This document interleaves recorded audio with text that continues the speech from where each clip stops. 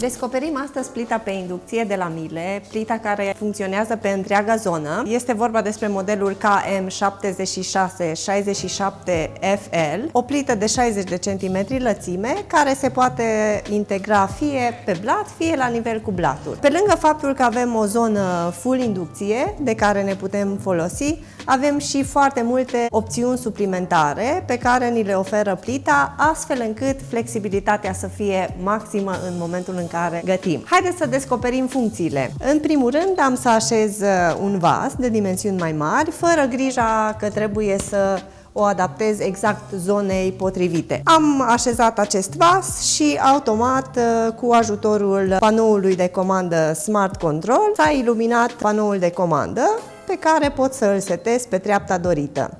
Am să setez o treaptă intermediară și imediat lângă pot să așez un alt vas.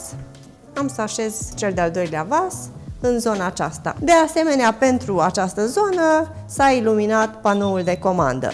Dar avem opțiunea aceasta de avertizare că vasul nostru este din zona de acțiune a bobinelor. Voi muta puțin vasul așezat inițial și modific poziția celui de-al doilea vas, astfel încât să nu îmi indice niciun fel de problemă. În cazul în care doresc ca plita să funcționeze la o treaptă superioară, am opțiunea de a seta funcția de boost printr-o simplă apăsare a butonului boost, iar dacă doresc ca puterea să fie concentrată pe o singură zonă și să am o dublă putere, am opțiunea de Double Booster, Twin Booster, apăsând de 2 ori pe butonul de boost. Pot să așez până la 4 vase, deoarece plita este inteligentă și detectează în mod automat zona în care am așezat vasul. Dacă doresc să modific poziția vasului, voi putea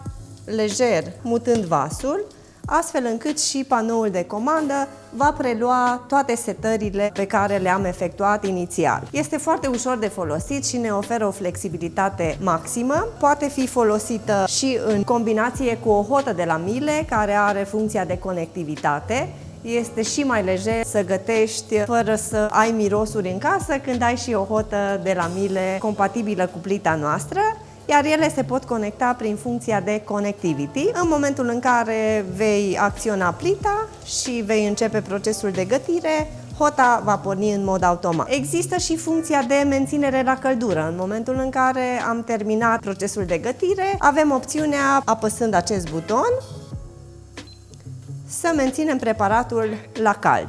Ca să avem o lejeritate și mai mare în a folosi plita, există câteva funcții suplimentare. Funcția de Stop and Go, apăsând pe acest buton, chiar dacă avem setată o treaptă înaltă pe care gătim, apăsând pe acest buton, se va reduce automat orice zonă de gătit activă la treapta 1, astfel încât poți să lași nesupravegheată plita timp de câteva secunde. Dacă te deranjează în timpul în care gătești că plita s-a murdărit, este plină de amprente și dorești să o ștergi fără să elimini niciun fel de setare efectuată în prealabil, este foarte simplu. Ai nevoie de o lavetă, trebuie să elimini funcția de Stop and Go și poți să acționezi butonul pe care îl vezi aici. Apăsăm pe acest buton și avem 20 de secunde la dispoziție fără a elimina niciun fel de setare făcută în prealabil. Dacă ești foarte pasionat și știi cât timp durează până ce se prepară un preparat, plita îți oferă posibilitatea să setezi atât intervalul de timp de gătire prin funcția de timer, cât și funcția de alarmă. Funcția de alarmă ne ajută inclusiv să oprească zona de gătire după ce preparatul e gata. Am să-ți exemplific puțin și opțiunile acestea.